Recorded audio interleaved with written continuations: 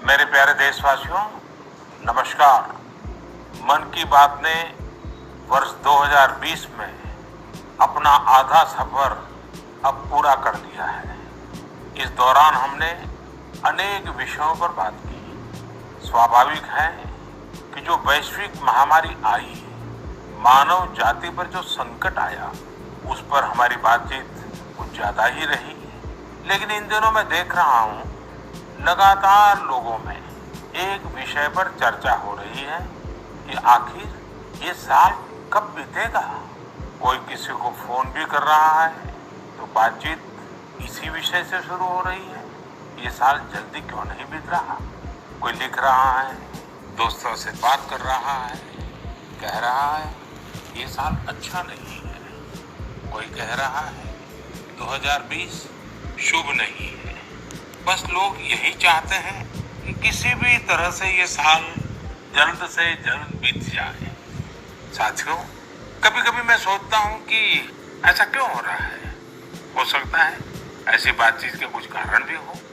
6-7 महीना पहले ये हम कहाँ जानते थे कि कोरोना जैसा संकट आएगा और इसके खिलाफ ये लड़ाई इतनी लंबी चलेगी।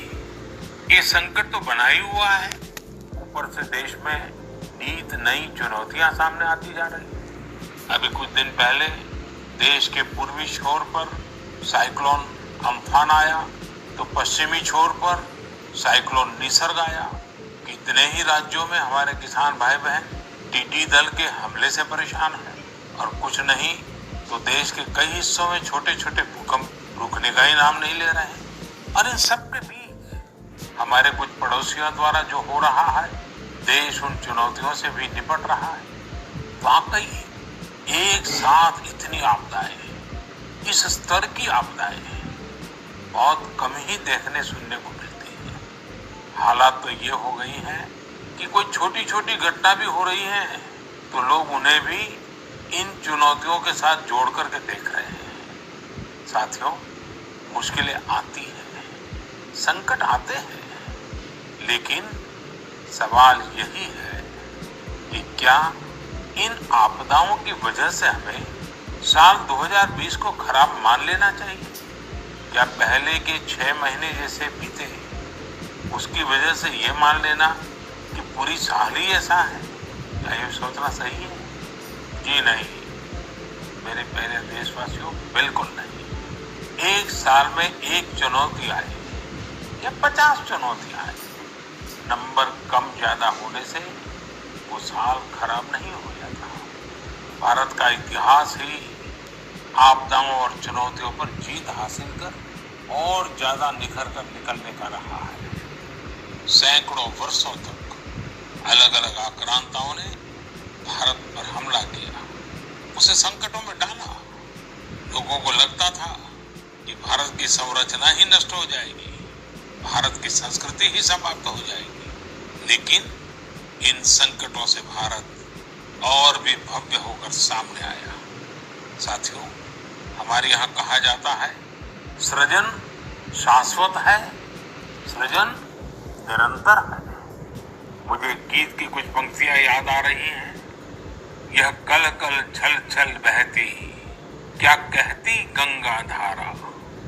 यह कल कल छल छल बहती, क्या कहती गंगा धारा।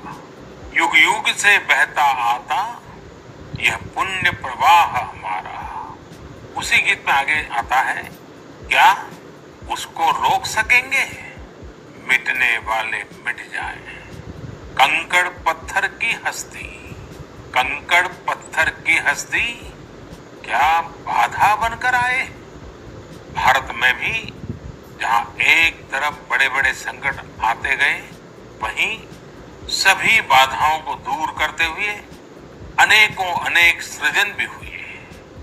नए साहित्य रचे गए, नए अनुसंधान हुए, नए सिद्धांत गढ़े गए। यानी संकट के दौरान भी हर क्षेत्र में सृजन की प्रक्रिया जारी रही और हमारी संस्कृति उस पर पल्लवित होती रही।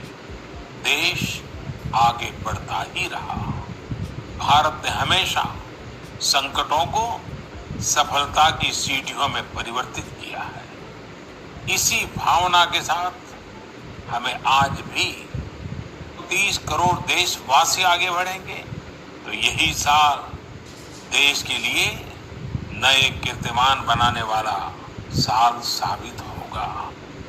मुझे पूरा विश्वास 130 करोड़ देशवासियों की शक्ति पर है, आप सब पर है, इस देश की महान परंपरा पर है। मेरे प्यारे देशवासियों, संकट चाहे जितना भी बड़ा हो, भारत के संस्कार निस्वार्थ भाव से सेवा की प्रेरणा देते हैं। भारत ने जिस तरह मुश्किल समय में दुनिया की मदद की, उसने आज शांति और विकास में भारत की भूमिका को और मजबूत किया है। दुनिया ने इस दौरान भारत की विश्व बंधुत्व की भावना को भी महसूस किया है और इसके साथ ही दुनिया ने अपनी संप्रभुता और सीमाओं की रक्षा करने के लिए भारत की ताकत और भारत के कमिटमेंट को भी देखा है। लद्दाख में भारत की भूमि पर आंख उठाकर देखने वालों को करारा जवाब मिला है।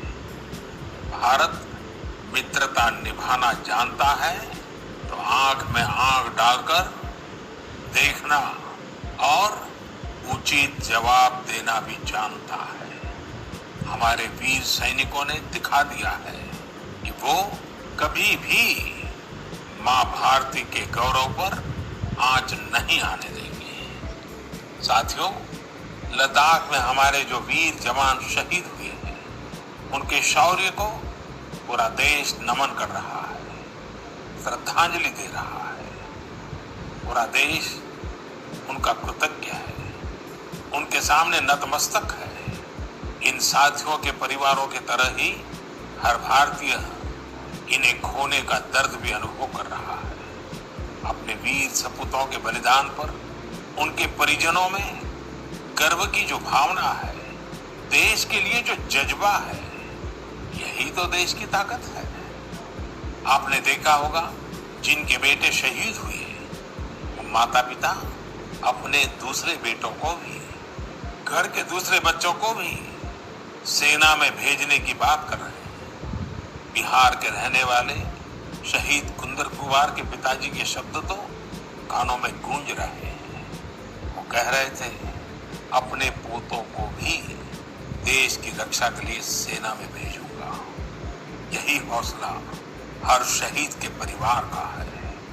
वास्तव में इन परिजनों का त्याग पूजनीय है। भारत माता की रक्षा के जिस संकल्प से हमारे जवानों ने बलिदान दिया है, उसी संकल्प को हमें भी जीवन का ध्येय बनाना है, हर देशवासी को बनाना है। हमारा हर प्रयास इसी दिशा में होना चाहिए, जिससे सीमाओं की रक्षा के लिए देश की ताकत बढ़े, देश और अधिक सक्षम बने, देश आत्मनिर्भर बने। यही हमारे शहीदों को सच्ची श्रद्धांजलि भी होगी। मुझे असम से रजनी जी ने लिखा है कि उन्होंने पूर्वी लद्दाख में जो कुछ हुआ वो देखने के बाद एक प्रण लिया है। प्रण ये कि वो लोकल ही खरीदेंगे, इतना ही नहीं, लोकल के लिए वोकल भी होगी। ऐसे संदेश मुझे देश के हर कोने से आ रहे हैं। बहुत से लोग मुझे पत्र लिखकर बता रहे हैं कि वो इस और बढ़ चले हैं। इसी तरह तमिलनाडु के मदुरई से मोहन रामामूर्ति जी ने लिखा है कि वो भारत को डिफेंस के क्षेत्र में आत्मनिर्भर बनते हुए देखना चाहते हैं। साथियों, आजादी के पहले हमारा देश डिफेंस सेक्टर में दुनिया के कई देशों से आगे था। हमारे यहाँ अनेकों ऑर्डिनेंस फैक्ट्रियां होती थी। उस समय कई देश जो हमसे बहुत पीछे थे, वो आज हमसे आगे हैं। आजादी के बाद डिफेंस सेक्टर में हमें जो प्रयास करने चाहिए थे, हमें अपने पुराने अनुभवों का जो लाभ उठाना चाहिए था, हम उसका लाभ नहीं उठा पाए। लेकिन आज डिफेंस सेक्टर भारत आगे बढ़ने का निरंतर प्रयास कर रहा है। भारत आत्मनिर्भर